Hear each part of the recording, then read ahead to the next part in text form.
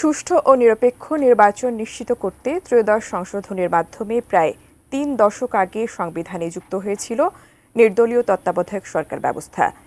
এই ব্যবস্থার অধীনে অনুষ্ঠিত ৩টি নির্বাচন তুলনামূলক সুষ্ঠু মনে করা হয়।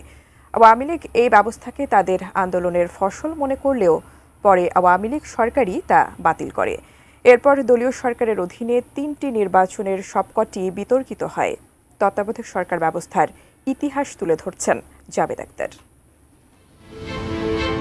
নিরপেক্ষ নির্বাচনের জন্য বাংলাদেশ জামায়াতে ইসলামী প্রথম কেয়ারটেকার সরকারের রূপরেখা প্রকাশ করে ১৯৮০ সালে। ১৯৯৩ সালে তত্ত্বাবধায়ক সরকারের অধীনে জাতীয় নির্বাচনের দাবি সংসদে তোলে তখনকার বিরোধী দল আওয়ামী লীগ। পরের বছর আওয়ামী লীগ, জাতীয় পার্টি ও জামাতে ইসলামী সংসদ ভবনে যৌথ সংবাদ সম্মেলন করে তত্ত্বাবধায়ক সরকারের রূপরেখা পেশ করে। আন্দোলনে রাজপথেও নামে তারা। বিরোধী দলগুলোর তীব্র আন্দোলনের মুখে বিএনপি সরকারের আমলে ১৯৯৬ সালে সংবিধানে যুক্ত হয় নির্বাচনকালীন নির্দলীয় তত্ত্বাবধায়ক সরকার ব্যবস্থা। ১৯৯৬ সালে সপ্তম, ২০০১-এ অষ্টম ও ২০০৮ সালে নবম এই ৩টি জাতীয় সংসদ নির্বাচন হয়েছিল তত্ত্বাবধায়ক সরকারের অধীনে। বিএনপি নেতৃত্বাধীন ৪ দলীয় জোট সরকারের আমলে ২০০৪ সালে সুপ্রিম কোর্টের বিচারপতিদের অবসর নেয়ার বয়স বাড়িয়ে ৬৭ বছর করা হলে রাজনীতির মাঠে তুলকালাম হয়। বিরোধীদের পক্ষ থেকে অভিযোগ ছিল বিচারপতি KM হাসানকে পরবর্তী তত্ত্বাবধায়ক সরকারের প্রধান করতেই ওই বয়স বাড়ানো হয়েছে।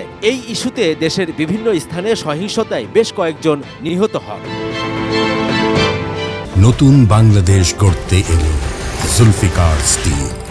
জুলফিকার স্টিল, ইস্পাত দৃঢ় অঙ্গীকার।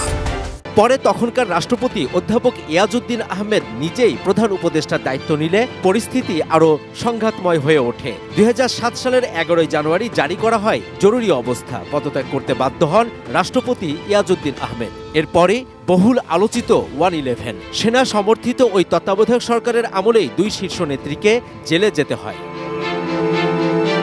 ২০১১ সালে তখনকার প্রধান বিচারপতি ABM খায়রুল হকের নেতৃত্বাধীন আপিল বিভাগ ত্রয়োদশ সংশোধনী বাতিল ঘোষণা করে রায় দেন। রাজনৈতিক উদ্দেশ্য প্রণোদিতভাবে খায়রুল হকের মাধ্যমে বাতিল করেছেন।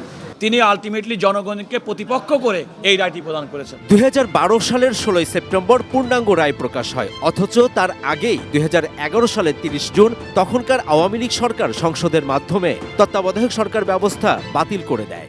হাকিম নড়ে তো হুকুম নড়ে না। খায়রুল হক সাহেবরা হুকুম নড়ায় দিয়েছেন শর্ট অর্ডার এবং লং অর্ডারের মধ্য দিয়ে। এরপর ২০১৪ থেকে ২০২৪ সাল পর্যন্ত ৩টি নির্বাচন হয়েছে ওই সরকারের অধীনেই। দেশের নির্বাচনের ইতিহাসে এর কোনোটি বিনা প্রতিদ্বন্দ্বিতার, কোনোটি রাতের ভোটের, আবার কোনোটি ডামি নির্বাচন হিসেবে পরিচিতি পায়। Javed Akhtar, ATN news, Dhaka.